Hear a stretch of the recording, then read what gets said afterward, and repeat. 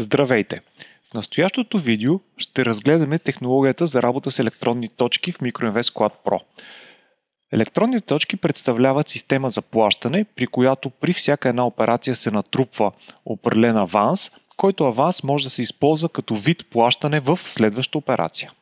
За целта ще използваме модула за ценови правила от меню Редакция, администриране ценови правила.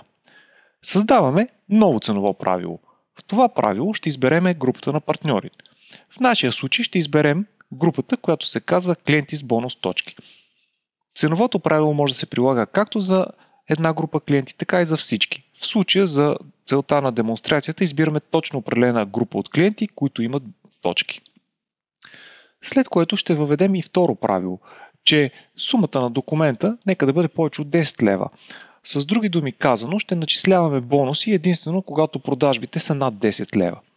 Отиваме на следващата стъпка. Тук се избира действие. Тъй като действието за електронните точки е много специфично, не е от голямо значение какво ще изберем тук, тъй като на следващ момент това нещо ще го променим. Затова аз ще избера промяна на цената, където ще задам 5% отстъпка. Отиваме напред на секцията с изключения. Няма да избираме изключения и създаваме самото правило. Правилото ще го кръстим електронни точки.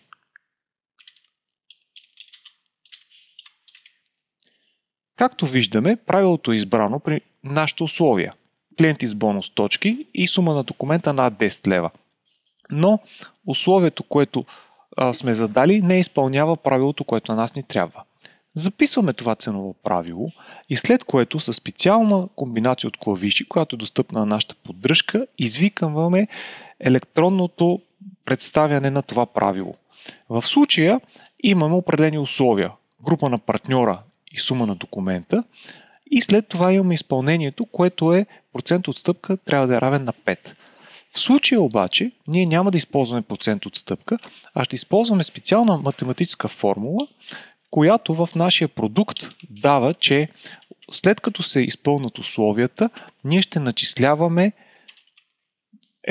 500 от сумата по количеството, която да се върне като плащане. Това е достатъчно, за да може правилото да работи. Записваме го и съхраняваме операцията.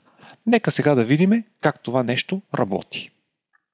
Избираме една продажба, където партньорът ни е произволен партньор с карта.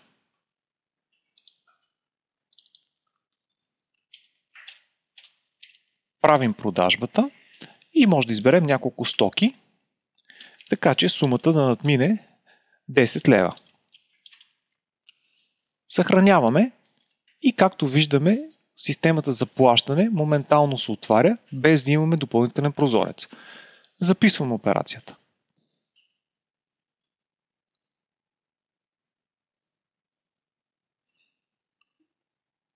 Ако изпълним същото нещо, но вече партньорът е клиент с бонус точки от групата, която сме задали в ценовото правило, при същите параметри ние ще видим друго поведение на програмата.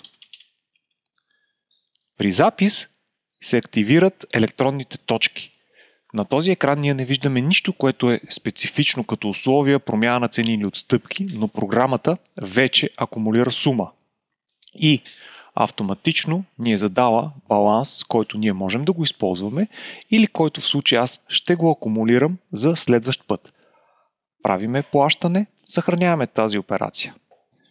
Ако същия този клиент дойде и отново купи от нас, ще повторя същите данни, за да може още по-лесно да смятаме. При съхраняване на операцията отново се активира правото за електронни точки и когато ние запишем операцията, вече можем да видим баланса дори двоен, при което програмата предлага този баланс да бъде изписан от сумата и клиента да плати само 9 лева и 68 от неговите 10 лева и 56. По този начин програмата позволи да натрупаме електронни точки и при следващо разплащане, ако е необходимо, ние да ги използваме като вид плащане.